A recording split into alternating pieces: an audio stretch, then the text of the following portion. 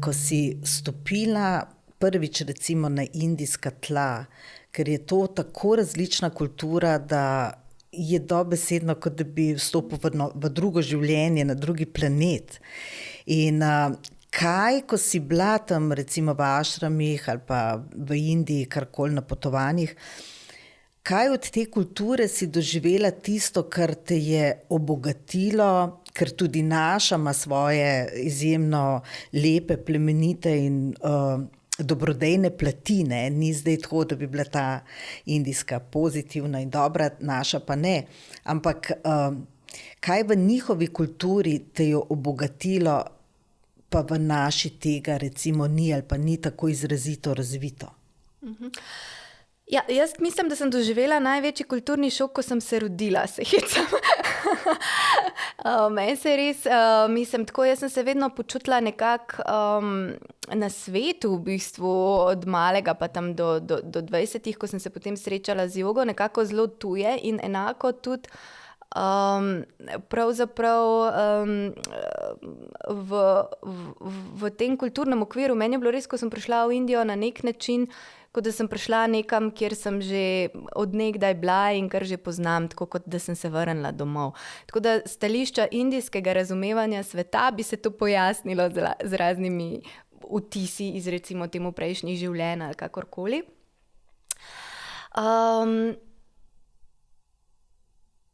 Mislim, da nobene kulture ni niti za idealizirati, niti za demonizirati. Indija je vsekakor izjemno intenzivna, tako v dobrem kot v slabem. Tako da se mi zdi, da v Indiji lahko izkusiš največjo svetost, največjo norost, 9. krog pekla in največjo nebeško ekstazo v kratkih časovnih in geografskih razmikih in izjemno intenzivnost življenja. Tako da ne bom rekla, da je to nekaj, kar to bom rekla, da je to vsekakor nekaj, kar je specifično za indijsko kulturo. In tako kot bi bilo življenje potencirano v vsej svoji pestrosti. Barve so intenzivnejše, vonji so intenzivnejši. Vse je intenzivnejše in meni ta intenzivni izbruh življenja, ki sem ga čutila v Indiji, po eni strani navdušil, po drugi strani tudi izčrpal in tudi iz mene same priklical najboljše in najslabše. Tako da se mi zdi, da me je Indija, jaz sem bila vedno v Indiji, nikoli, ker recimo imam veliko prijateljev, ki so šli v Indiji za daljša časovna obdobja, pol leta, 1 leto, več let.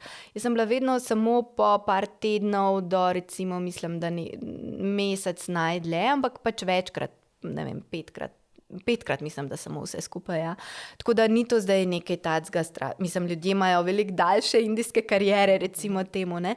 Mene so indijska potovanja vedno tudi precej izčrpala, ravno tudi zaradi soočenja enako tudi v sebi, z intenzivnostjo v sebi, intenzivnostjo lepega in težkega v sebi, tako da ne bi mogla, mislim, težko si predstavljam, da bi zdržala neko zelo veliko dozo tega. Tako da sem bila prav vesela in da sem šla tja in potem, da sem prišla nazaj in da se pa spomnim prav prvič, ko sem prišla, mi ni bil kulturni šok iti v Indijo, to zanimivo, pač tako mi je bilo res, kot da sem se samo vrnila po nekem času, ko me pač nekaj časa ni bilo tam. Mi je bil kulturni šok recimo priti nazaj v Evropo.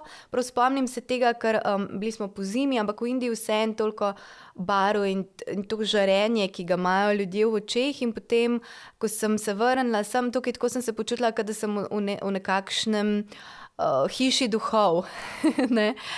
In sem zelo čutila ta nekako kot bolj, manj je sicer, vse je bolj urejeno, vse bolj teče, vse je bolj mirno, vse je bolj predvidljivo, ampak hkrati pa tudi manj živo. Vseeno, kot vidiš, živim tukaj, ne v Indiji, a ne, to je pač moja, ne samo,